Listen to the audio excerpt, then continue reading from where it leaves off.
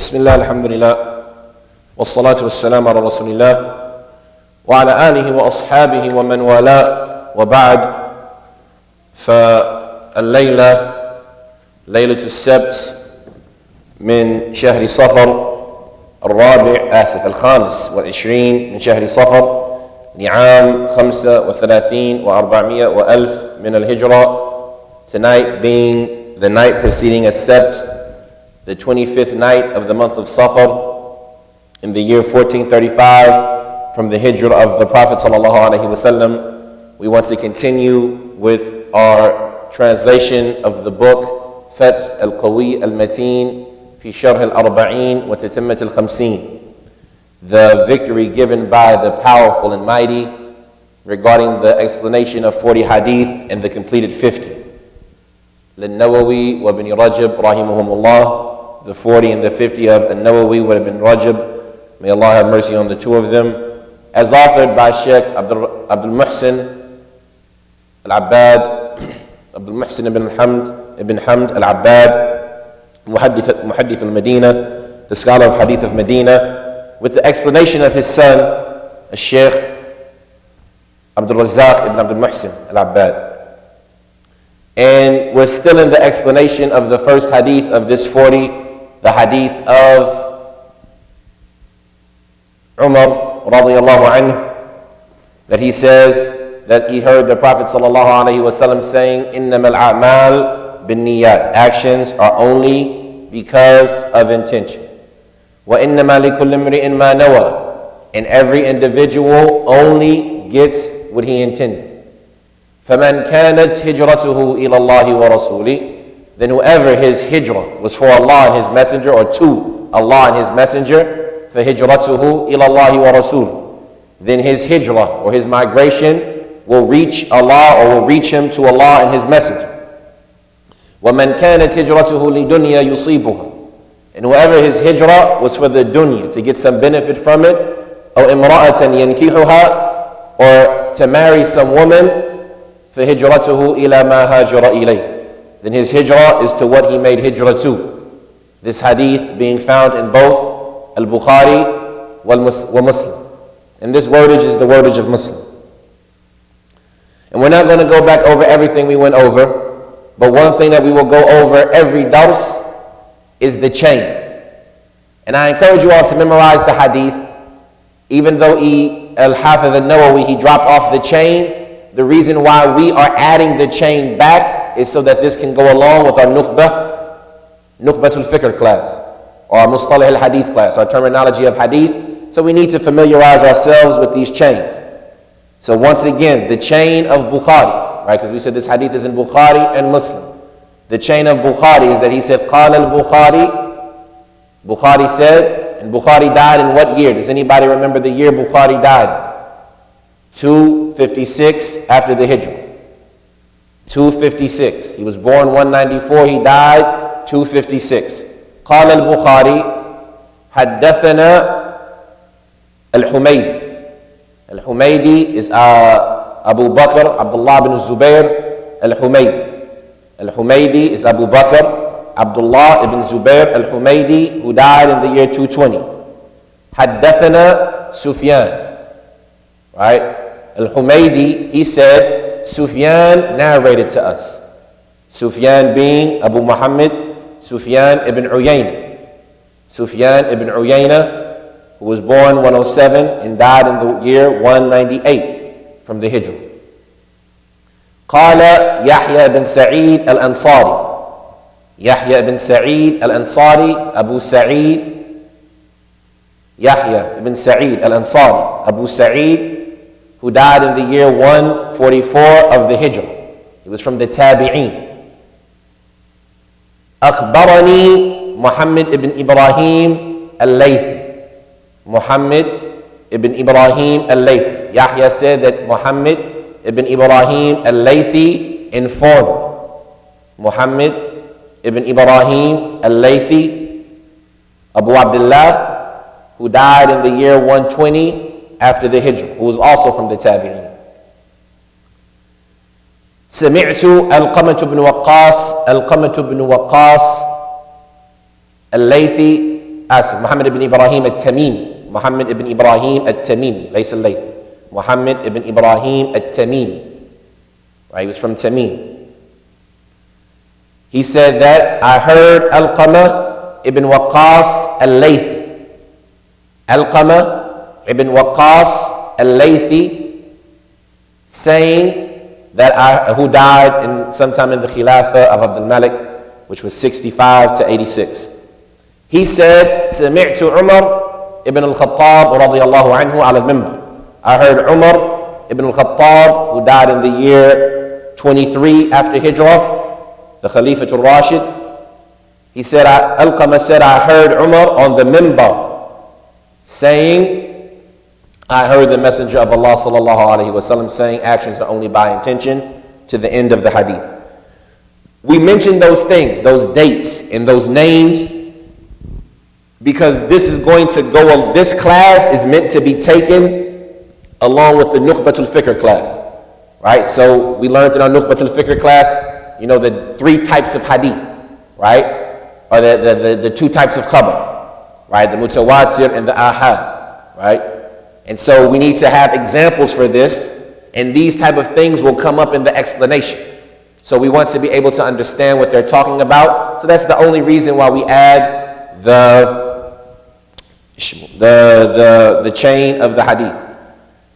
For the completion of benefit, because he said it's in Bukhari and Muslim, the narration of Muslim is, Qala Muslim.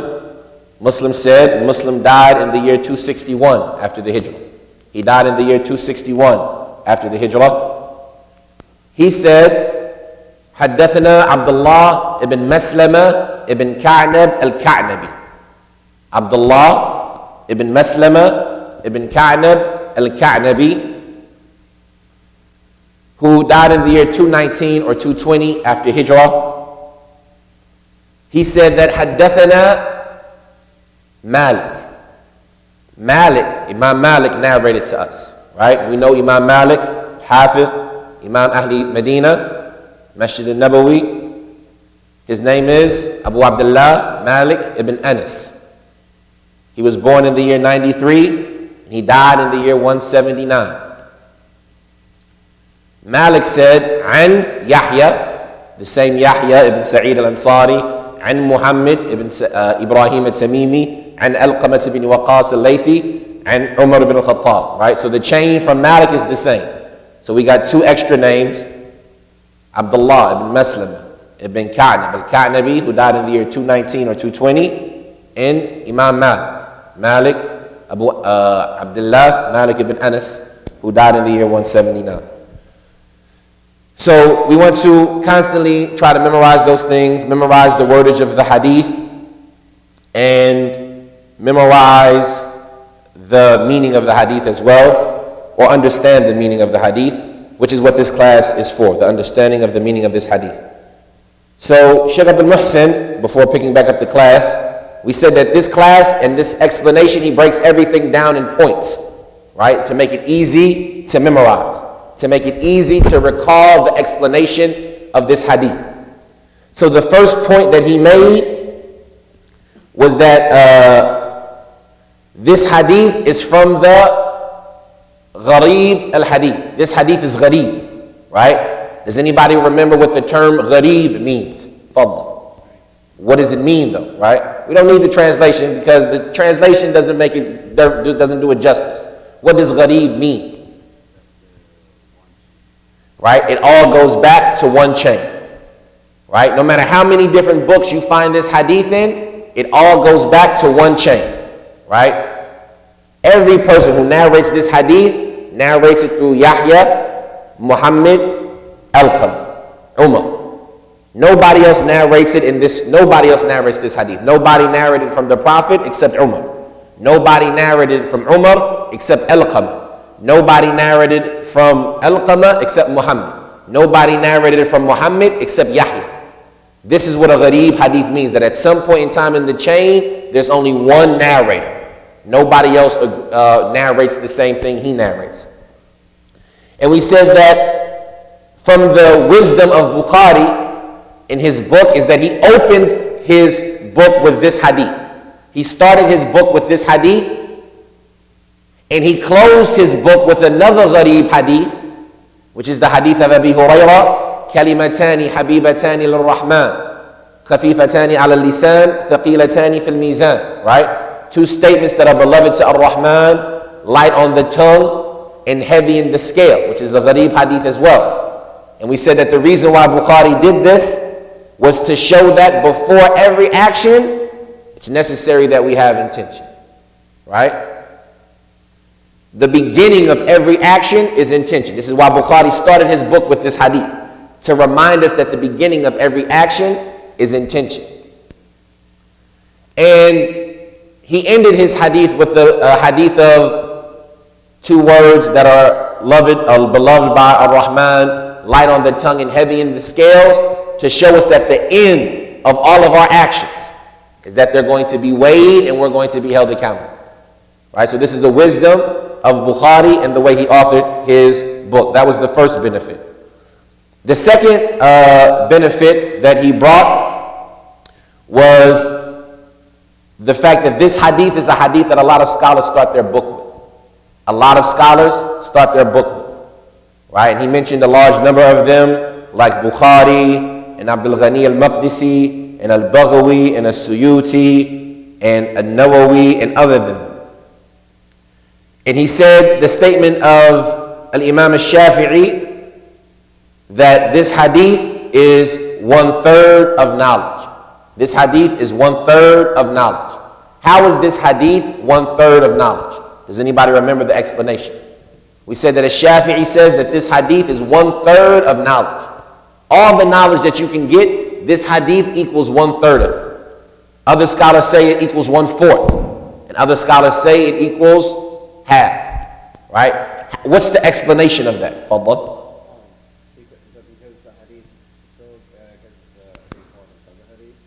Well, obviously it still points, but why is it 1/3? Why not say 1/8? Why not say 1/17? Why did he specify 1/3 of knowledge? Fadl?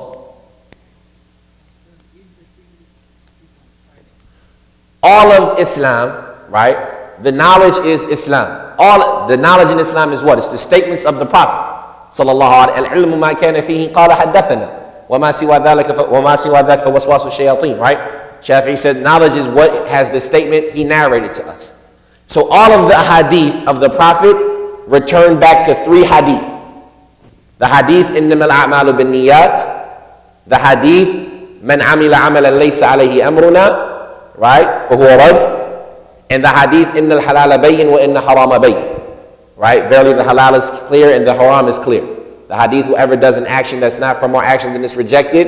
And this hadith actions are because of intention. So if all of Islam, all of the hadith can be summarized in these three hadith, then this hadith is 1/3 of knowledge. Likewise, if you say it's 1/4 of knowledge, then it's based on the opinion that all of the hadith of the Prophet can be summarized in 4 hadith. Right? Some people add, إِنَّ اللَّهَ طَيِّبٌ وَلَا يَقْبَلُ إِلَّا الطَّيِّبَ. Right? Or إِنَّ أَحَدَكُمْ يُجْمَعُ خَلْقُهُ. Right? Some people say this hadith is 1/2 of the religion or 1/2 of knowledge because they say all of the hadith of the Prophet go back to 2 hadith. Right? But the point is that this hadith, because of how important it is considered to be 1/3 of everything you need to know. Right? Think about that when we think about what we talked about in the first 40 hadith class. When we said that this 40 hadith, it gathers Islam for you. We said, how does it gather Islam for you? It gathers Islam because it has an application in everything you do. Every action you do, you'll be able to apply these hadith to it. We see right here that this hadith is 1/3 of knowledge. So tell me something that you can't apply this hadith to. And that's why, like we learned last week, al-Shafi'i said that this hadith enters into 70 different topics of Islamic law. And when he said 70, it doesn't mean 70 specifically, but it means the Arabs, when they used to say 70, they meant a lot. So Shafi'i is saying that this hadith enters into almost every aspect of Islamic law. Every aspect of Islam, you'll find this hadith having a part to play in. Salat, zakat, hajj, saum, kindness, charity, anything you can think of, this hadith has a part. Right? And then we said likewise from the reasons why the scholars started their book with this hadith, we mentioned 2 reasons. One of the reasons is to purify or to remind the student of how important his niyyah needs to be before studying. Right? Before beginning to learn, you need to purify your niyyah. So we start with this hadith to make sure that we remind you to have your intention pure before studying. So it's like a reminder to the student to purify and correct your intention. And we also start off with this hadith in order to draw the student's attention to how important their niyyah is. Because all of their actions, whether they're apparent or hidden, are only because of the sincerity. They're only accepted because of the sincerity. And we mentioned the hadith that Allah says, I am the most not in need of partnership. So whoever does an action and gives me a partner in it, then I leave that action to the one who was my partner or was taken as my partner. Right? So the reason why we mention this hadith first is to remind ourselves, let's purify our intention. And the reason why we mention this hadith first is to recall and draw attention to how important our intention is. And that none of our actions will be accepted unless we have sincerity in our actions. So that's where we stopped at last week. And we're still in the middle of point number 2. And we'll try to finish it in maybe point number 3, depending on how much time we have. No, hold on. I didn't connect the sound.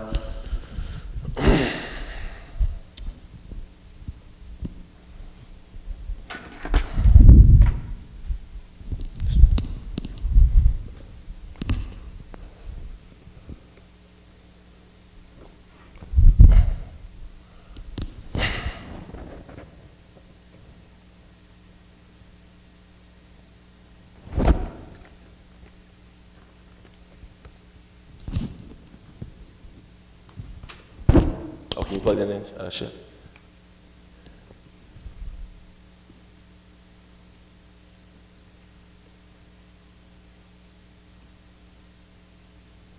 Just plug it into the first one. The first one. Yeah, right there. Any other MP hole?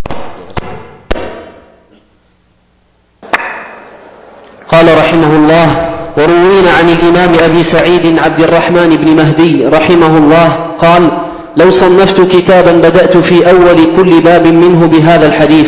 لو صنفت كتابا، يقول عبد الرحمن بن مهدي، لبدأت كل باب منه بهذا الحديث. وهذا فيه تأكيد وتقرير المعنى الذي مر معنا عن الإمام الشافعي. No. So the reader goes on to read the statement of Abdul-Muhsin al-Abbad when he quotes, and he says, and we've narrated on Hamd, Abu Sulaiman, Hamd ibn Muhammad.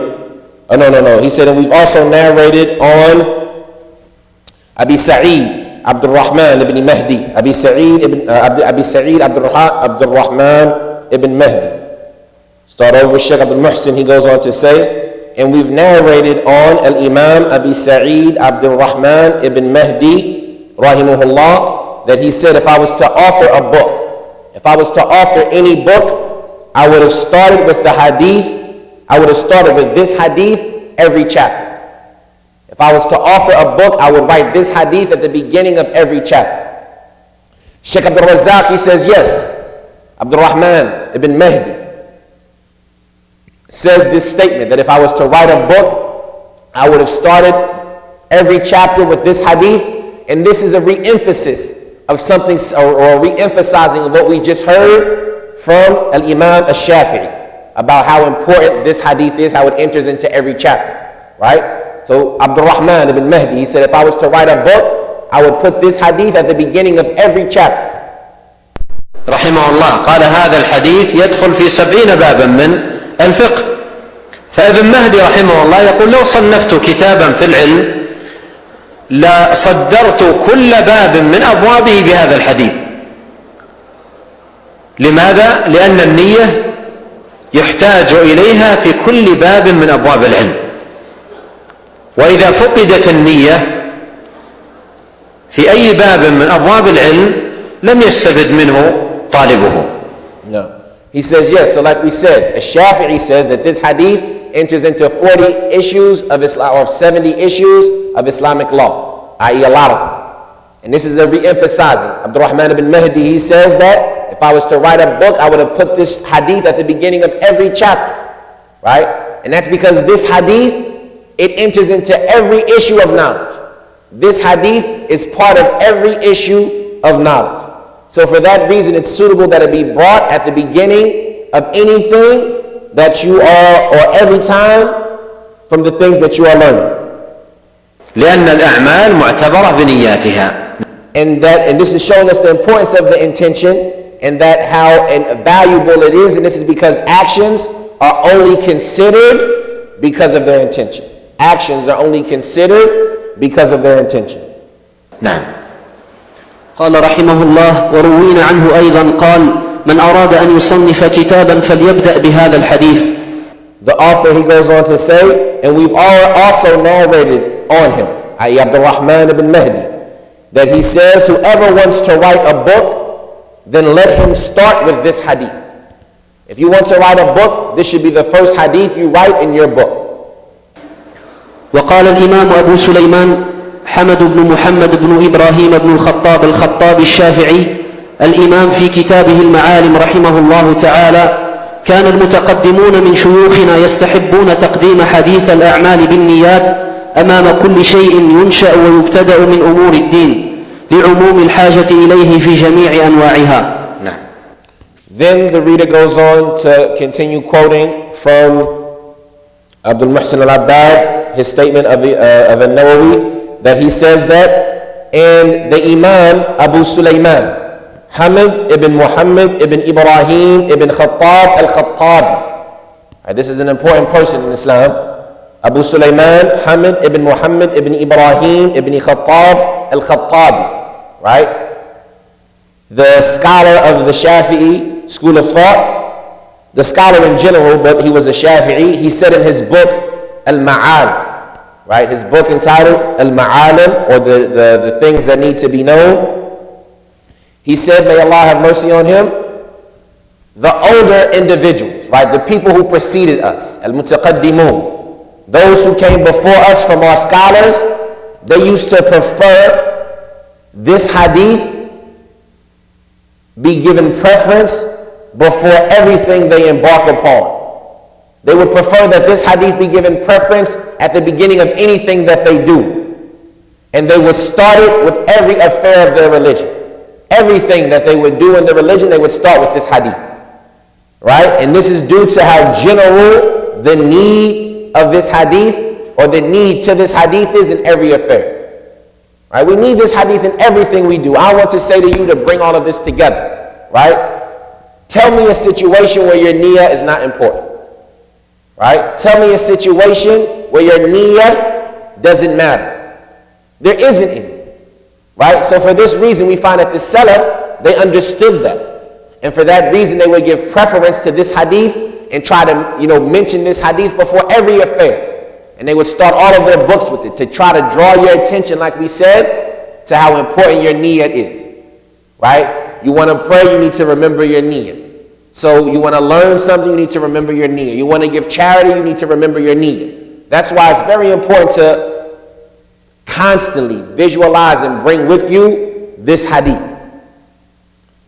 So he said the statement of Abu Sulaiman al-Khattabi, and we'll see what Shaykh Abdul Razak said explaining it. He said, وقال ابن رجب في جامع العلوم والحكم: واتفق العلماء على صحته وتلقيه بالقبول، وبه صدر البخاري كتابه الصحيح وأقامه مقام الخطبة له، إشارة منه إلى أن كل عمل لا يراد به وجه الله فهو باطل لا ثمرة له في الدنيا ولا في الآخرة. نعم. Jay. He goes on, the reader does, to continue reading from the statement of Abdul Muhsin al-Abbad in his book. He says, and Ibn Rajab, rahimahullah, he said in his book, does anybody remember the name of Ibn Rajab's explanation to these 40 hadith? Right, we said it's been translated into English. So if you don't have Arabic, you can get this book in English. Does anybody remember the name of this book? Jami al-Ulum wal-Hikm. A compilation of knowledge and wisdom regarding the 50 hadith of comprehensive speech of the Prophet جامع العلوم والحكم في 50 حديث من جوامع الكلم. This is a very important book. ولله الحمد, it's been translated in English. You can find it if you just Google the phonetic sound of it. They'll come up with the English PDF of it. So Ibn Rajab, he said in his book Jami' al-Ulum wal-Hikam, and the scholars all agree about the authenticity of this hadith. So this hadith is authentic. Even though it's ghareeb, all the scholars agree that it's authentic. Right? وَتَلَقِّيهِ بِالْقُبُولِ, and they all agree the fact that it needs to be accepted. Right? Even though only one person narrated it, it still needs to be accepted. He said, and with this hadith, al-Bukhari began his book. Al-Bukhari started his book off with this hadith, and he used this hadith to serve the purpose of an introduction. Right? I say to you, most of the people, when they write an introduction, they tell you about the book, they tell you what they're going to do in the book, they lay out their chapters, their plan for the book, right? When you read Sahih al-Bukhari, there's no introduction. When you read Sahih Muslim, there's a big introduction that's very beneficial. But Sahih al-Bukhari, there's no introduction. Why not? Because Bukhari, he made this hadith like his introduction. Right? Bukhari used this hadith as his introduction, right? And he says, and he did it to show or to draw attention to the fact that every action that is not intended by the face of Allah, then it is not accepted. It is invalid. And there is no fruit for it in this dunya nor in the akhirah. It will not have any benefit in the dunya or in the akhirah. Right? So we want to recap that second point. The second point is just talking about the importance of the hadith. The first point was about the chain. Right? How it's a strange hadith. It's a ghareeb hadith. The second point is about the importance of the hadith. 1/3 of knowledge. Enters into every issue of Islamic law. Right? Why did the scholars start their book with it? Right? How important it is. This is what the second point is about. And let's finish with the explanation of Shaykh Abdul-Razak to the second point. وقال ابن رجب. Oh, so there's no explanation of the Shaykh. So he goes into the third point. So before we go on, if you're writing notes, which you should be doing, the first point, all you have to remember from it is the status of the hadith, right? And that it's what kind of hadith? It's a ghareeb hadith. What does it mean to be a ghareeb hadith? It's only one person in the chain, meaning that there's no other narrators, right? So Yahya, nobody else. Muhammad, nobody else. Even if it was just one, but this has 3 or 4 levels of ghurab, right? So nobody narrated but Umar. Nobody narrated from Umar but al-Qama. Nobody from al-Qama except Muhammad. Nobody from Muhammad except Yahya. Right? At the same point in time, is this hadith authentic? Yes. Not even authentic. It is agreed upon by Bukhari and Muslim. Therefore, from the most authentic hadith. Right? So, we learn a lot of benefits from that. Do I need to have 2 people narrate a hadith for it to be accepted? Right? This hadith is a hadith that shows us that I don't need 2 people. One person narrates a hadith, that's good enough, as long as they're reliable. Right? So the first benefit of this hadith that we got is the chain. It has to do with the chain and the status of the hadith.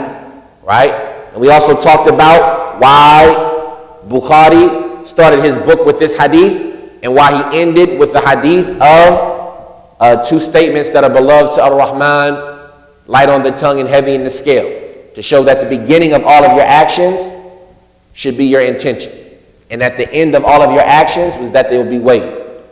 And we said that the second point has to talk about the value of this hadith. Right? The status of this hadith. This hadith is 1/3 of knowledge. How is this hadith 1/3 of knowledge? A little bit better explanation. How is this hadith 1/3 of knowledge? Why do we say it's 1/3? Okay, it contains the rulings of the religion. It might contain 1/7. It might contain 1/100. Right? The knowledge, what is knowledge? What's knowledge? Right, the statement of the Prophet. Hadith or knowledge. Right? Al-ilm, ma kana fihi qala haddathana.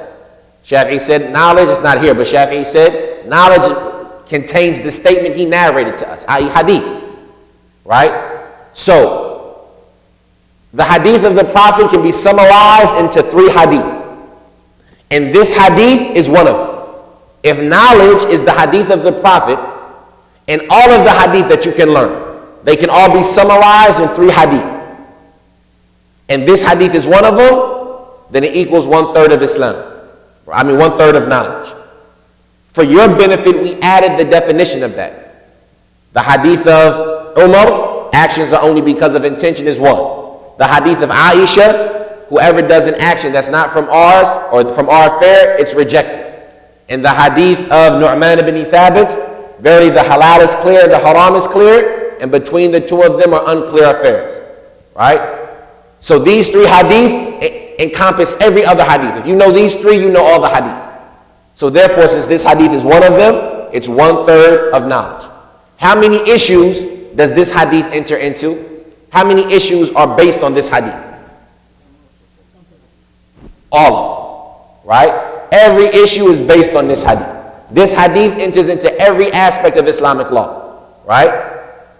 That's how important this hadith is. Why do the scholars start their books with this hadith? For 2 reasons we mentioned. Right? To remind us about how important our intention is.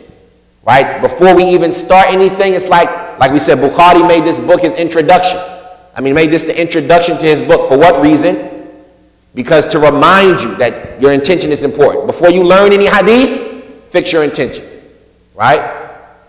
Also, we mentioned another reason why they mentioned this hadith at the beginning of their books. Right? To draw your intention to the fact that without a correct intention, your actions will be rejected.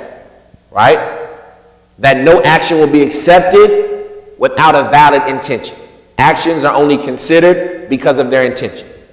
Right? And we mentioned likewise the statement of Abdul-Rahman ibn Mahdi, that he said, I would start this hadith in every chapter, and the fact that Bukhari, and likewise the Salaf used to start all of their books with that. So that's the second point. So we now learn our first point and our second point.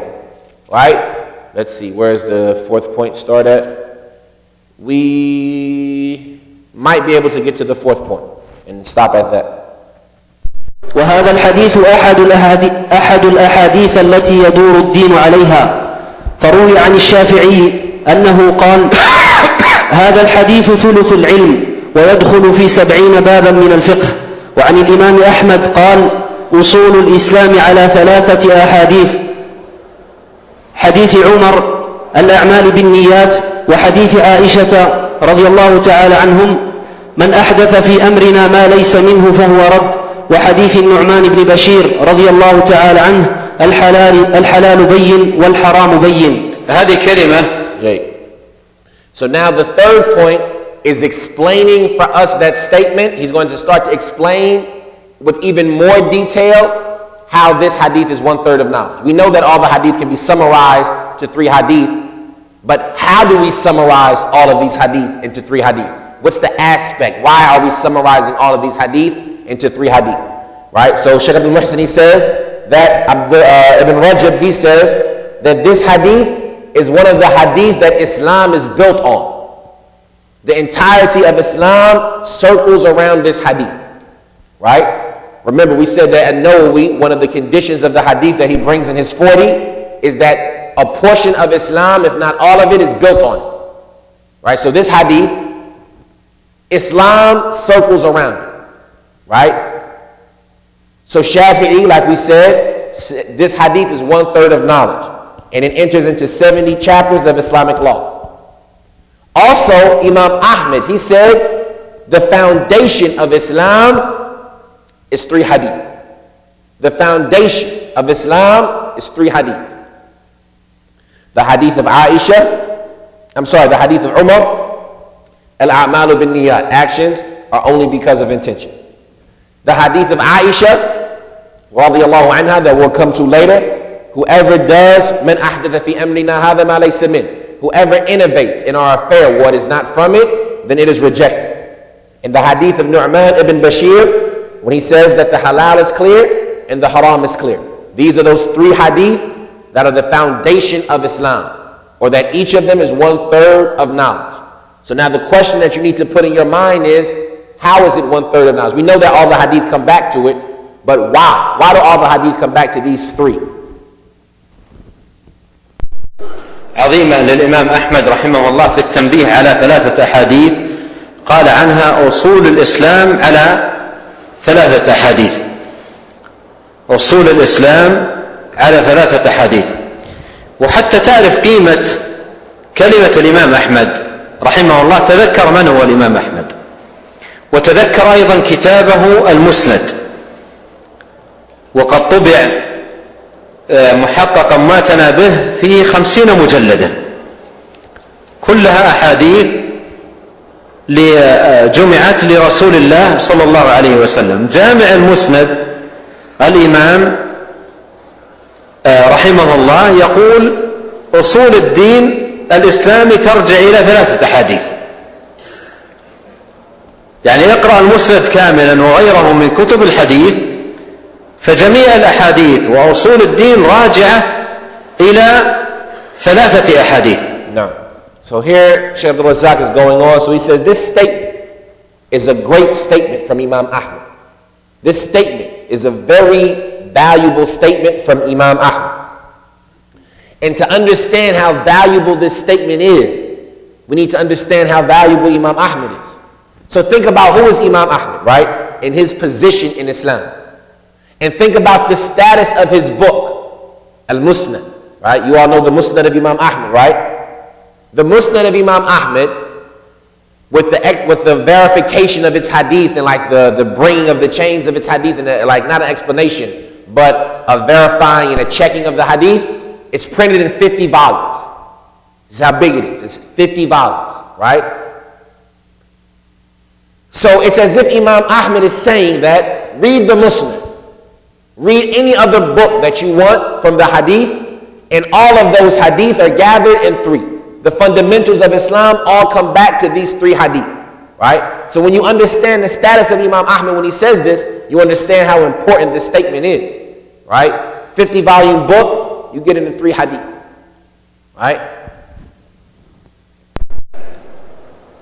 هي من جوامع كلمه عليه الصلاة والسلام وعليها يدور الدين. ما هي؟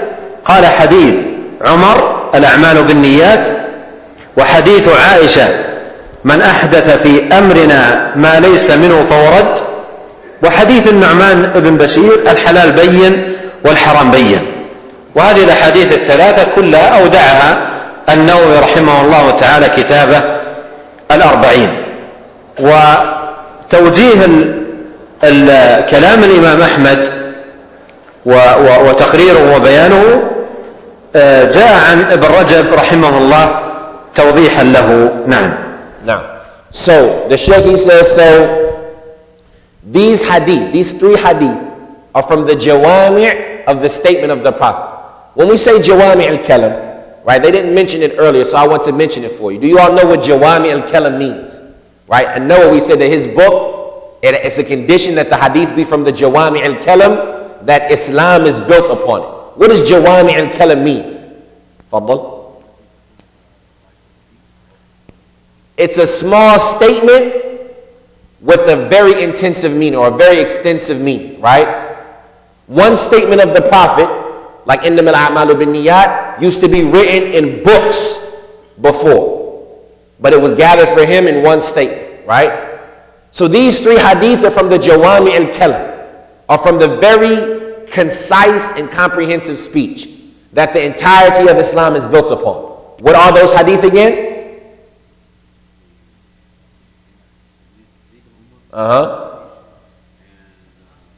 Nu'man ibn Bashir. What's the hadith though? Right, actions are only because of intention. Right? Whoever innovates in this of our affair, that which is not from it, then it's rejected. And the halal is clear and the haram is clear. Right? These 3 hadith are from the comprehensive speech of the Prophet that the entirety of Islam is based on. And Al-Hafiz al-Nawawi put all 3 of these hadith in his book. So we're fortunate that inshallah with Allah's permission we're going to learn the meaning of all 3 of these hadith. He says that the explanation of this statement, Ibn Rajab goes on to explain it. So he says,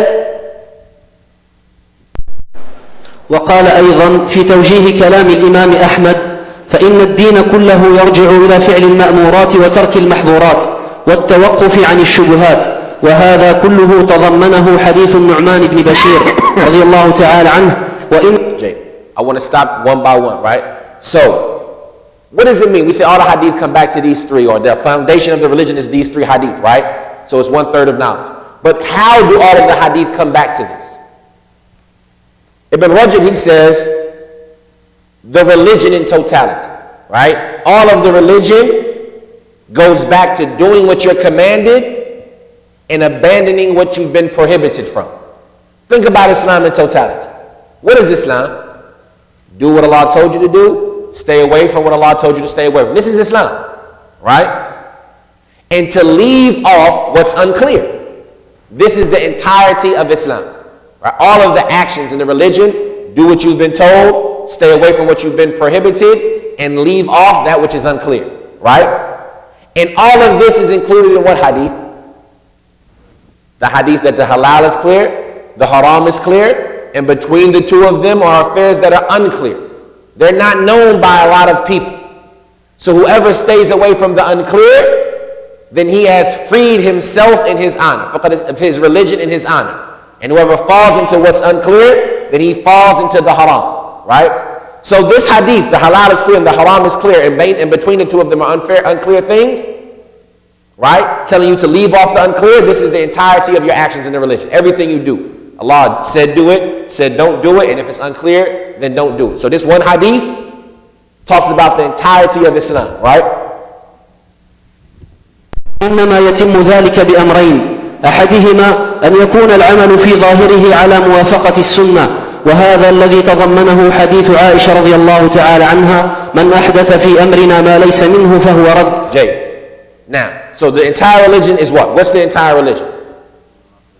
Do what Allah's fi'l ma'murat, doing what you've been commanded.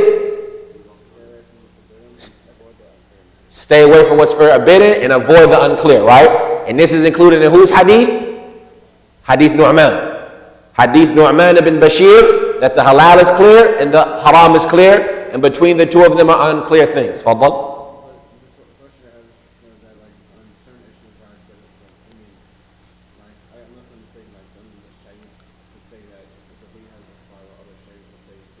Jay. The halal is clear, go back to the book and the sunnah. The haram is clear, go back to the book and the sunnah. And the unclear things are not unclear to everybody. If you're unsure, this is an affair that's unclear to you. You see what I'm saying? So now you need to take it back to the people that have understanding, and if you're still unclear about it, then abandon it.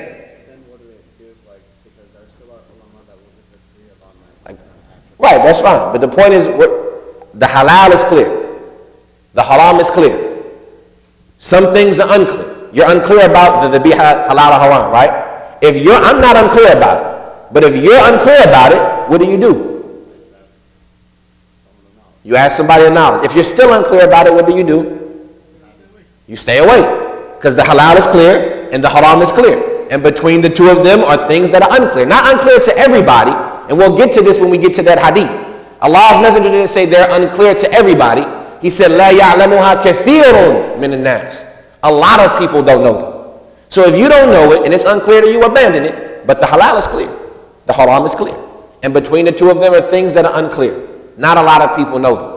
So if you stay away from what's unclear, then you have freed yourself from fault in your religion and in your honor.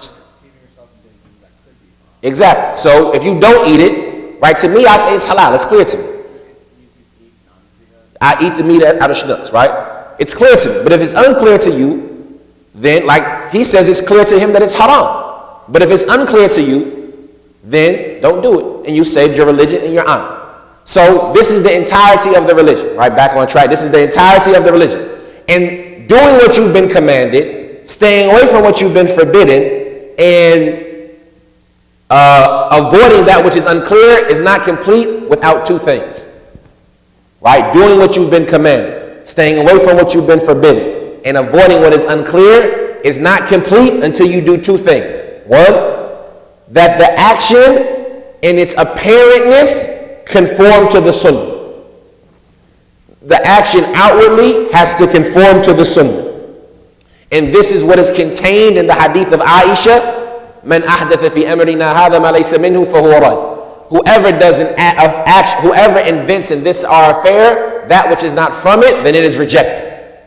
Right? So even in doing what you've been commanded, it needs firstly that you do what? That you conform to the sunnah. So now we got the hadith of Nu'man, doing what you've been told, staying away from what you've been forbidden, avoiding the unclear. That's one hadith. All of that requires two things. The first of them is that the action outwardly corresponds to the sunnah. And that's the hadith of who? The hadith of Aisha. That if your action doesn't correspond to the sunnah, then it's rejected. Right? So we understand now we got two of the hadith that are the foundation of Islam. Right? والثاني أن يكون العمل في باطنه يقصد به وجه الله عز وجل كما تضمنه حديث عمر رضي الله تعالى عنه الأعمال بالنيات. هذا توضيح. Now, and the last thing or the second thing that every action needs is that it be done sincerely or inwardly, that it be done for the face of Allah Azza wa Jal, which is contained in the hadith of Umar. Actions are only because of intention. Right? So this is how, I'm going to re-emphasize before we go into the explanation of the Shaykh, this is how the hadith, or this is how that this hadith is 1/3 of Islam, or the 1/3 of knowledge. Right? Because everything in Islam is what?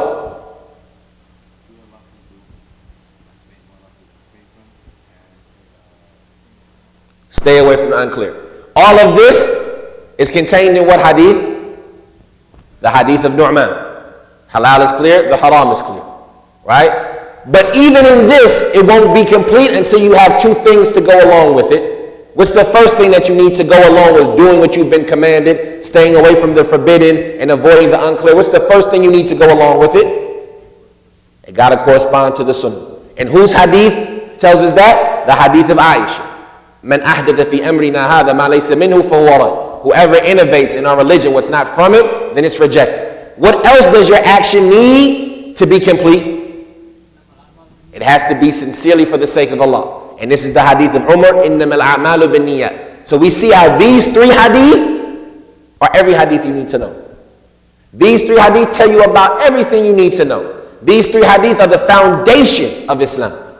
Right? So now we all understand that statement. Right? Somebody says this hadith is 1/3 of Islam, or 1/3 of knowledge. We say because of these three hadith.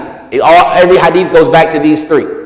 So okay, how are these three the foundation of Islam in totality? Because this is all of what Islam is, doing and staying away from, and that's not complete until you have muwafaqah wa ikhlas, sincerity and correspondence to the sunnah. Fadl. That's Shafi'i and Ahmad. Right? This is the explanation of what they mean when they said that. Right? We understand all the hadith go back to it, but who said that these three hadith are everything you need to know about Islam? Does everybody see how these three hadith, that's all you need to know about Islam? Somebody comes and says, what do I need to know about Islam? What can you tell them? Yeah, exactly. Islam tells you the halal is clear, the haram is clear. How is the halal clear and the haram clear? How is it clear? Where is it clear at? When you read the Quran and the Sunnah, the halal is clear, the haram is clear. You don't need to memorize everything. You know the halal is clear, the haram is clear. Allah said, pray, pray. Done. Allah said, don't commit zina, don't commit zina. Done. And between those two things, the things that are unclear, you don't know. I don't know, can I eat the meat of schnooks? I don't know, I'm not sure, I'm unclear. Take it back to the people of knowledge, like Allah says, فَاسْأَلُوا أَهْلِ الذِّكْرِ. You're still unclear? I'm not going to eat it. I'm unclear, I'm unsure. I'm not sure if I can do it or not. I'm not sure if gelatin is halal or haram. Don't eat it. Right? You've done what Allah commanded you to do in Islam. But even in doing that, that won't be accepted from you with Allah until you have two things to go with it. You have to, one, do it sincerely for the sake of Allah, and you have to, two, do it the way the Prophet did. Somebody comes and asks you about Islam, these three hadith encompass everything they need to know about Islam. Fadl. This may be a bad question, but how could a person do any good deed other than the sake of Islam? Like, you don't... No, it's not a bad question. You're praying, right? I'm giving you an example. You're praying, you're making salat, right? You were praying kind of quick because you wanted to finish praying and lay down, you was tired, right? But then your brother walked in the room, right? And since your brother walked in the room, you don't want him to see you praying all quick. You said, my brother see me praying all quick, he's going to talk about me, right? So now you, Allahu Akbar, right? You slow and you're deliberate in your prayer. Why did you start praying all slow and good? You see? So you've done an action, not for the sake of Allah. You've made your intention someone other than Allah, right? You go, like the Prophet said in this hadith, and we're going to come to that again. So the answer to your question is the hadith. If you do the action for Allah, you made hijrah, you left America to go live in Saudi Arabia to try to get better in your religion and to be amongst the Muslims. You did that action for who? For Allah. You left America to go to Saudi Arabia to marry some virgin girl, right? You did that action for what sake? To marry some virgin girl, right? So your migration was for what it was for. That's what this hadith is about. So that's how a person does what?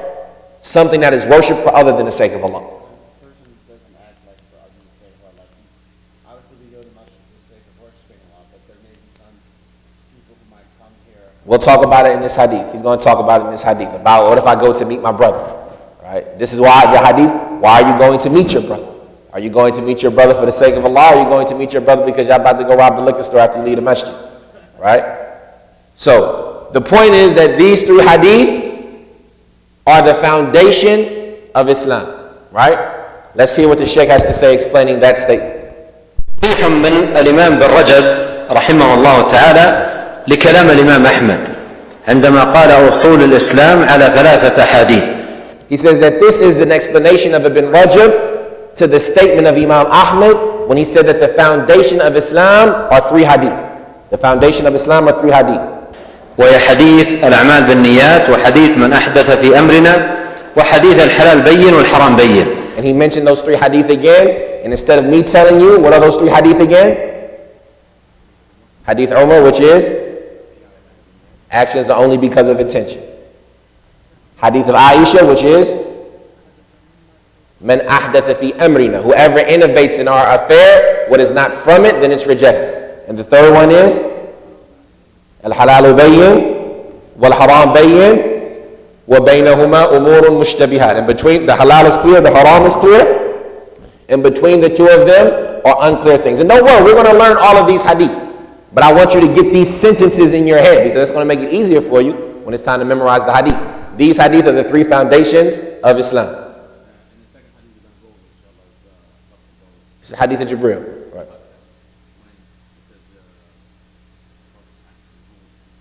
Let's get to the hadith of Jibreel when we get to the hadith of Jibreel. Just focus on this statement, right? Because we should be not just knowing but memorizing this stuff, right? This statement of Ibn Rajab is an explanation to Imam Ahmad's statement that the foundations of the religion are three hadith. The hadith of Umar, the hadith of Aisha, and the hadith of Nu'man ibn Bashir. فيقول ابن رجب رحمه الله الدين فعل المأمور وترك المحظور واتقاء المتشابه، وهذا بين على التمام والكمال في حديث النعمان بن بشير. ولا يتم ذلك إلا بأمرين: أن تكون النية خالصة في الأعمال لا يراد بها إلا وجه الله سبحانه وتعالى، وهذا مبين في حديث عمر إنما الأعمال بالنيات. والأمر الثاني أن يكون العمل موافقا للسنة، أن يكون العمل موافقا للسنة، فإن لم يكن موافقا لها لم يقبل، وهذا بينه حديث عائشة رضي الله عنها عن النبي عليه الصلاة والسلام أنه قال: من أحدث في أمرنا هذا ما ليس منه فهو رد. وفي هذا المعنى قال الفضيل رحمه الله، قال في قوله تعالى: ليبلوكم أيكم أحسن عملا، قال: أخلصه وأصوبه. قيل: يا أبا علي وما أخلصه وأصوبه؟ قال: إن العمل إذا كان خالصا ولم يكن صوابا لم يقبل، وإذا كان صوابا ولم يكن خالصا لم يقبل، حتى يكون خالصا صوابا، والخالص ما كان لله والصواب ما كان على السنة. No. Okay, so the Sheikh, all he did was re-emphasize it again, and then he said a statement that will explain. But instead of just me re-emphasizing it again, like we said, our class, we go over the same thing 15 times.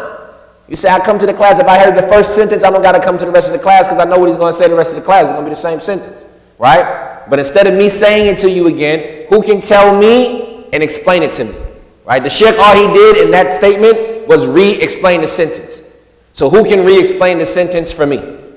Just what we said. I want you to tell me the three fundamentals of Islam. Say this is number one, and this is the hadith. This is number two, and this is the hadith. Who can explain it for me?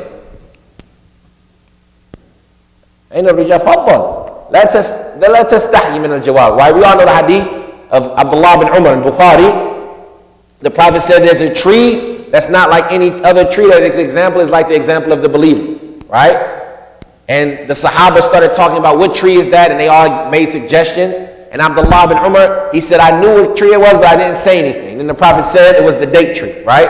And in one of the narrations, Umar said, I wish you would have said something, right? To show your understanding. Not to show off, but because it's important for you to say it back, right? When you go home, you need to teach your family these things. You might have to tell somebody these things. So don't be shy to say it. Make the mistake, right? Because right now you have somebody in front of you who will be able to work with you through the mistake. So when you hear yourself say it, you know what you're weak in and will correct it. And then next time you won't be weakened. So fadl. Imaam, so you said that humble Shafi, Allah, that they made the statement that the Islam is contained in the hadith. All right. Statement of Shafi'i, 1/3 of knowledge. Statement of Ahmed, three fundamentals of Islam. The fundamentals of Islam are these three hadith. Okay.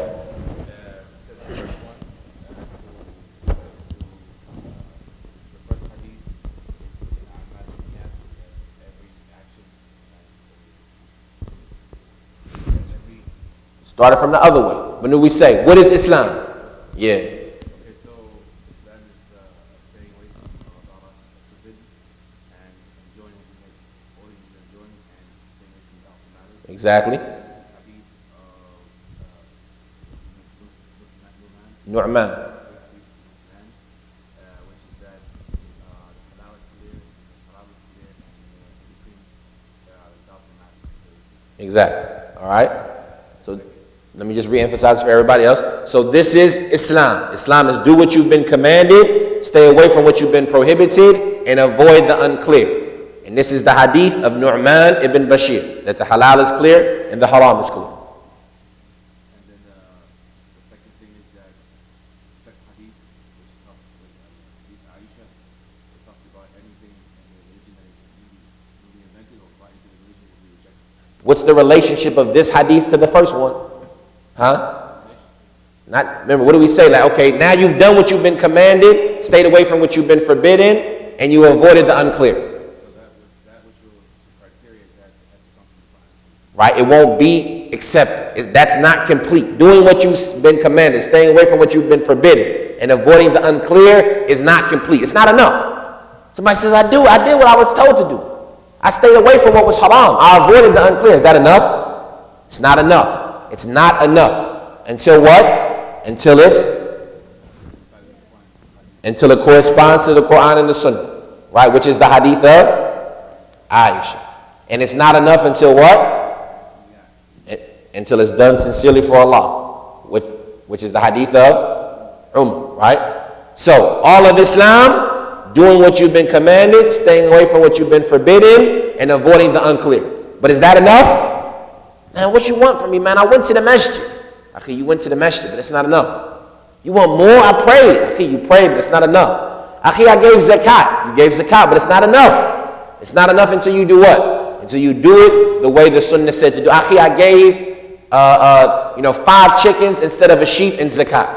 Right? What you want from me? Akhi, I prayed, but my hands was on the top of my head like this. Akhi, what you want from me? I prayed. It's not enough until you do it the way the Prophet said do it. Akhi, I made dhikr after the salah. I made dhikr all day long. I gave up all my wealth. It's not enough until it's what? The way the sunnah was. Akhi, I did it the way the Prophet said do it. When I prayed, I raised my hands to my ears. My beard was long. My throat was above my ankles. My right hand was on my left hand on my chest. Right? I did it. What else you want? It's not enough till you do it for Allah.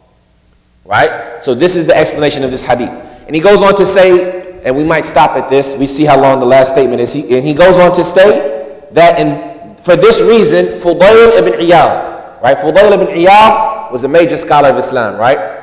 He said that in the explanation of Allah, لِيَبْلُوَكُمْ أَيُّكُمْ أَحْسَنُ عَمَلًا, right? He did it to test you, which of you are the best in your actions. You won't be the best in your actions until your actions are sincere and correct.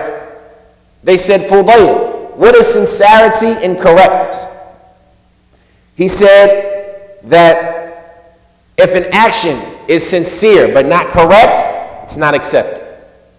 It's sincere, right? We see all the brothers, wallah, he's a good brother, he does it for Allah. He goes out on Jola for Allah. Wallah, he wants to bring the Muslims to the Masjid. He's sincere. لا ننكر في إخلاصه. But it won't be accepted until when? Till it's correct. And he does an action that's correct, but it's not sincere. It won't be accepted. And it won't be accepted until it's sincere and correct. Your actions have to be sincere and correct. They said, what's sincere? He said, what was for Allah. And what's correct? What was according to the Sunnah. Right? Let's take the last statement and then we'll be done for the day, inshallah.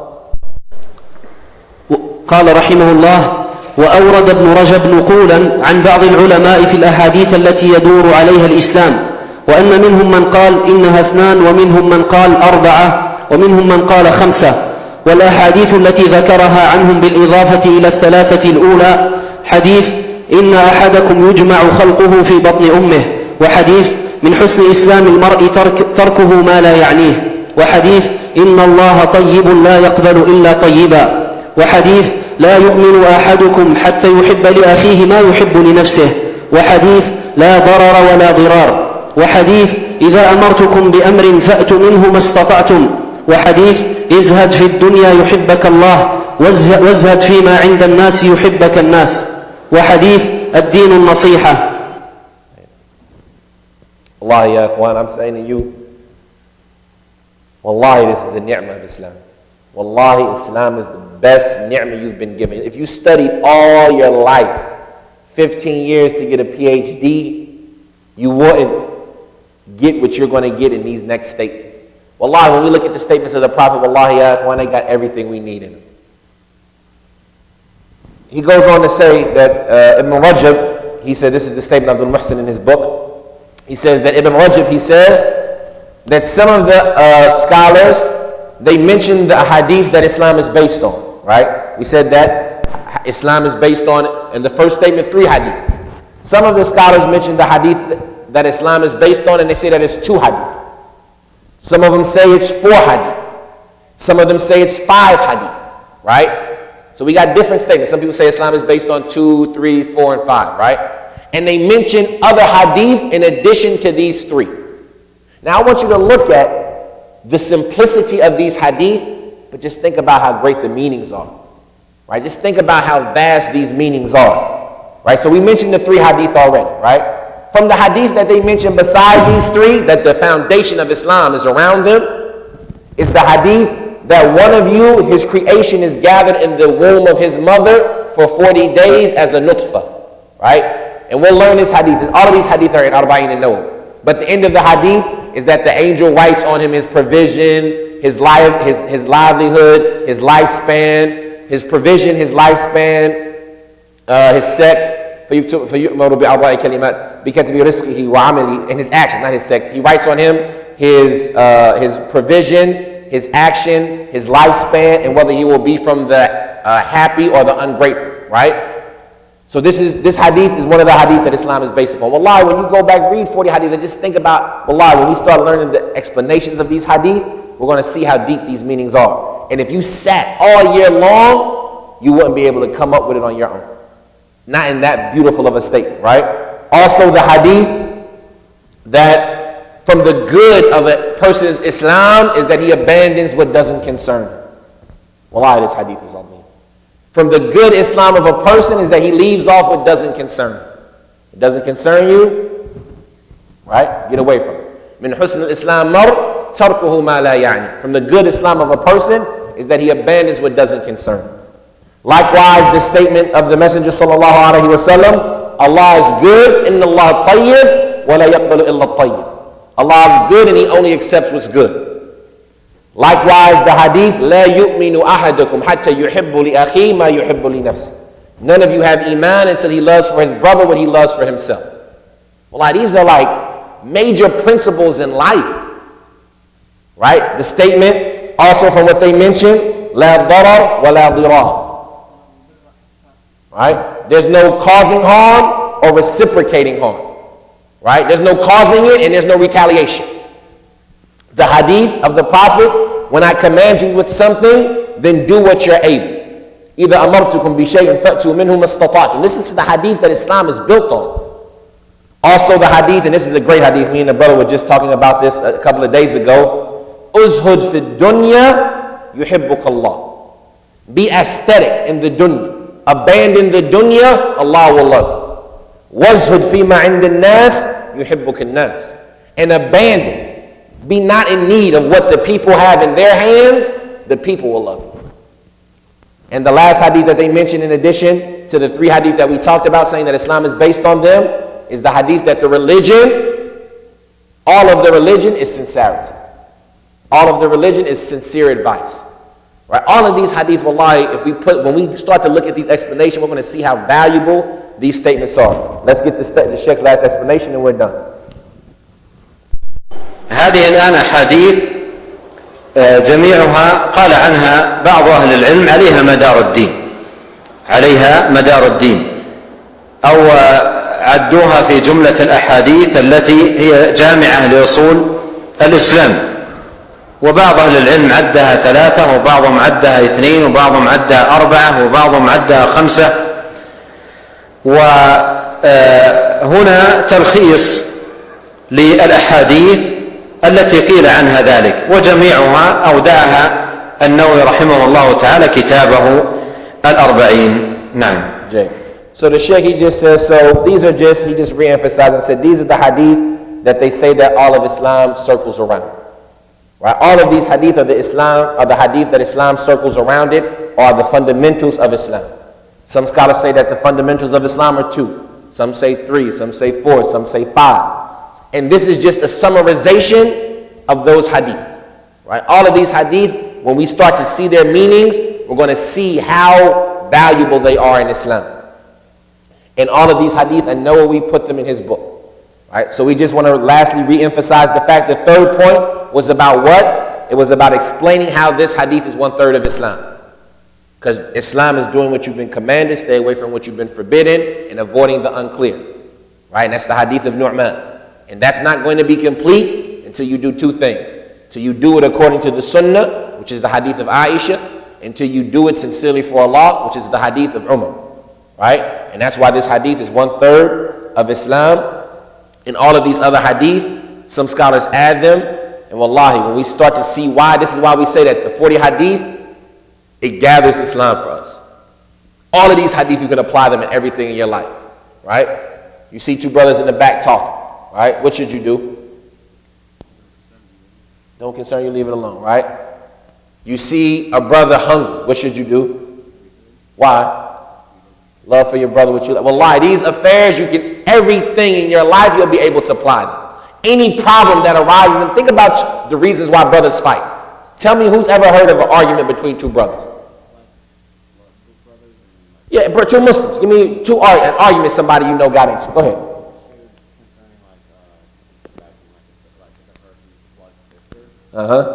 So somebody disrespected the person's sister? La darar wa la dirar. The hadith, no causing harm, no reciprocating harm. You can't cause harm, you can't retaliate. See how this hadith solves the problems of your life? We said that the 40 hadith will solve every problem in the community. These brothers, if they get in a fight, right, if they would have applied this hadith, we solved the problem. Why'd you call my sister that? Your sister's a piece of trash. La akhi, la darar, la dirar. You can't cause harm, you can't retaliate. But he called my sister a piece of trash, so I said his mama was a cow. Akhi, la darar wa la dirar. No causing harm, no retaliating to harm. Right? So we see how these hadith gather all of Islam for us. Right? So this is just something that we want to constantly keep in our mind. We'll stop at that amount. Sorry for taking long today. هذا وصلى الله وسلم وبارك على نبينا محمد وعلى آله وصحبه وسلم. Are there any questions about what we went over today? If not, سبحانك اللهم وبحمدك أشهد أن لا إله إلا أنت أستغفرك وأتوب إليك. We stopped at 53:10.